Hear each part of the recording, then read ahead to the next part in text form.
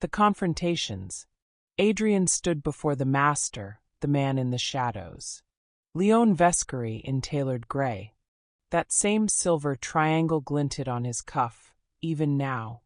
"You're hesitating," Vescari said smoothly. "That's unlike you." "I don't see why they need to be eliminated," Adrian said flatly. "They're just girls." "No, Adrian," the master corrected. "They're threats. The Nancy Drew friend, June Abbott, is too smart. Too connected now. And your little fashion girl." He smirked. "Too visible. If the dress doesn't take her down, her mouth will." Adrian clenched his fists. "I'll handle it." Vescari's voice dropped to ice. "I'm done with half measures. You have until the end of the week. Or you go down with them." Adrian didn't respond. Punishment, Adrian, is not always physical. Sometimes it's erasure. Of everything you've built. Everything you care about. Adrian said nothing, then turned and walked out. But his pulse was crashing. His breath short. Because for the first time in 10 years, he had someone he didn't want erased. Clara Jensen sipped her espresso under the flickering glow of a heat lamp. Dorian sat across from her, expression unreadable. She handed him the photos, the triangle-stamped women. The marked word deceased. "It's a pattern," she said softly. "A slow culling. Tied to fashion, yes, but deeper. Ritualistic. Predatory." Dorian nodded grimly. "They're hunting women. And now they've zeroed in on Vivi." Clara studied him. "What's your plan?" He didn't answer right away. Then, Leon Vescari is more than just a fashion mogul. He's building a legacy, off the backs of silenced women. Clara leaned forward. "And if Adrian doesn't do it, he'll send someone else." Dorian rubbed his temple, the flickering light from the cafe's heater casting shifting shadows across his face. "We should get the girls on a plane back to the States," he said. "Tomorrow." Clara shook her head, unfazed. "It won't matter." He looked up. A man like Leon Vescari doesn't operate within borders. Milan, New York, Dubai. He'll reach them if he wants to. Distance is a false safety net. Dorian leaned back, jaw tight. Clara set down her coffee, voice dropping low. "You need to accept it, Dorian. This didn't start in Milan." He knew what was coming. "It started in Paris," she continued. "That missing earrings headlines, the smuggling, one of his pawns was arrested. You and your girls didn't just stumble onto something dangerous." Dorian sat back, letting it sink in. Clara's voice was steady but heavy. "You all thought Paris was a mystery neatly solved. But it wasn't solved, Dorian. It was interrupted. I feel like there must be something more," he exhaled, tension laced through his words. Clara's eyes narrowed. "So this isn't revenge. It's unfinished business. And Milan is just his second act, I guess." She paused, eyes locked onto his. "You kicked the devil's front door in, and smiled for the camera while doing it." Dorian exhaled through his nose. "You're saying they're already marked?" Clara nodded. "And now that Vivi's name is in his mouth? It's not a matter of if. It's when." The Milan skyline stretched wide and gold behind her. Vivi leaned on the railing, sunglasses hiding eyes still swollen from the night before. She didn't turn when the door opened. Adrian stepped out quietly. His shirt was slightly rumpled, a hand buried in his pocket, the other holding a paper bag of croissants he clearly forgot to offer. "You look better today," he said gently. Vivi let out a soft, tired laugh. "That's the bare minimum, Adrian." He smiled faintly, but there was a heaviness behind his eyes. He joined her at the railing, silence stretching between them. For a moment there was only the wind. "I don't know what to do with all this," Vivi finally said. "The rumors, the photos, the looks people gave me after the auction. And now this man, Leon Vescari, he shows up with that cufflink like a calling card." Adrian didn't respond. She turned to face him. I don't trust easily. I never have. But I started to trust you. Her voice broke slightly. You were there, right at the beginning. You saw who I really was behind the filters, the heels, the drama. And I don't know if it was real for you, or just part of this twisted game. Adrian swallowed. Vivi. No. Let me say it. She took a breath, heart pounding. I liked you. I like you. Maybe I don't know what that even means. Maybe I'm just clinging to someone who doesn't lie to me. Adrian turned sharply. But I have lied to you. The words cut like a cold wind.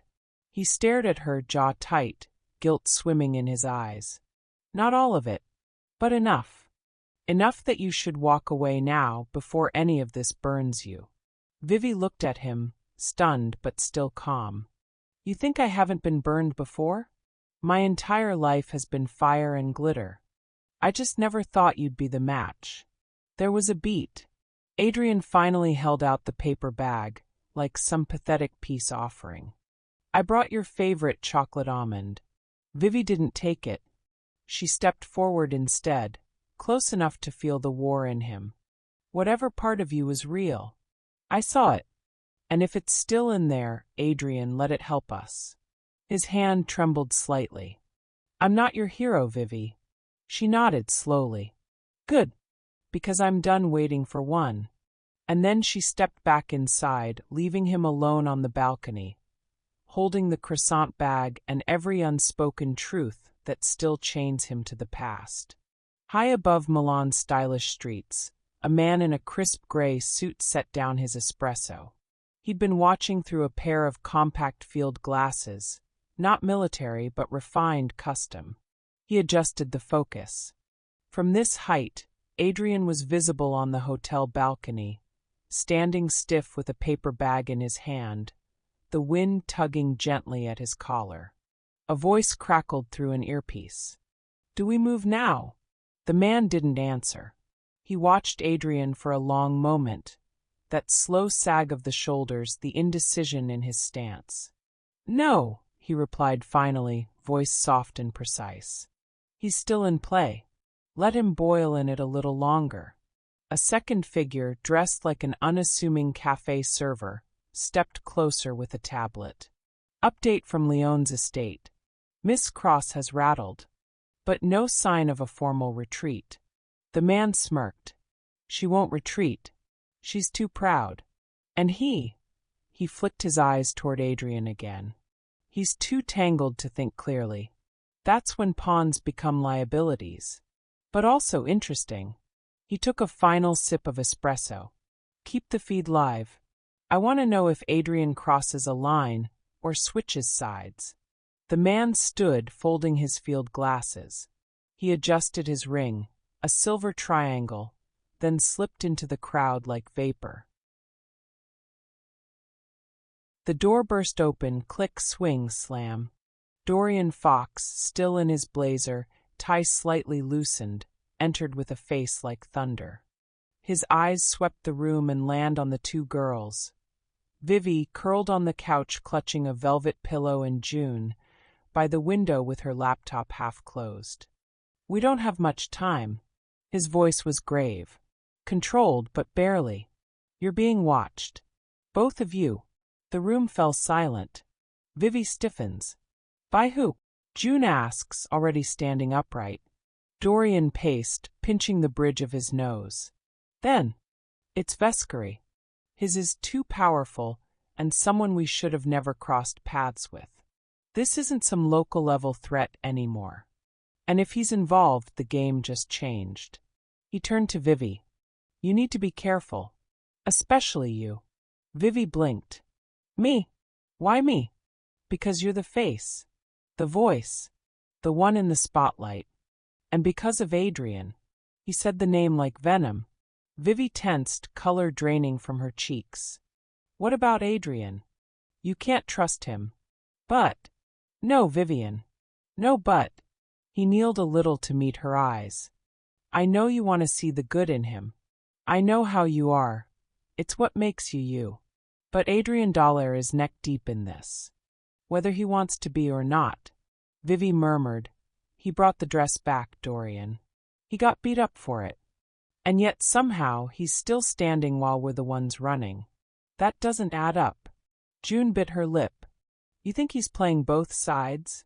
Dorian nodded slowly. I think he's trapped. And people who are trapped make desperate, dangerous choices. Then, with unusual softness, he said, I'm not telling you to hate him. I'm telling you to protect yourselves. No more secrets. No more risks. We stay smart and we stay together. The girls nodded almost in unison. Dorian exhaled, tension bleeding from his shoulders. Good. Now lock this place down and don't talk to anyone unless you run it through me. While Vivi wandered toward the window, gazing out at the city in distracted silence, June leaned in close to Dorian.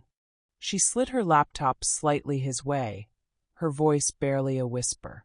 I found this earlier, she said, tapping the screen. It's an old article, the language is Czech, but look here. Highlighted on the page were a few legible words that stood out even through the unfamiliar text. Daler, Prague, and a date 10 years ago. Dorian's eyes narrowed. That name. June nodded, her voice low. I don't know exactly what it says, but we need to translate it. The sooner, the better. Dorian studied the screen, then looked at her. Send it to Clara. I think she can help in translation. Here's her email. June hesitated for half a second, then nodded and forwarded the article with a few quick keystrokes. Can I talk to her directly? June murmured. Of course, she knows you as my smart rookie, Dorian said, a hint of a smirk tugging at his mouth. We can trust her. Vivi, still at the window, hadn't noticed a thing.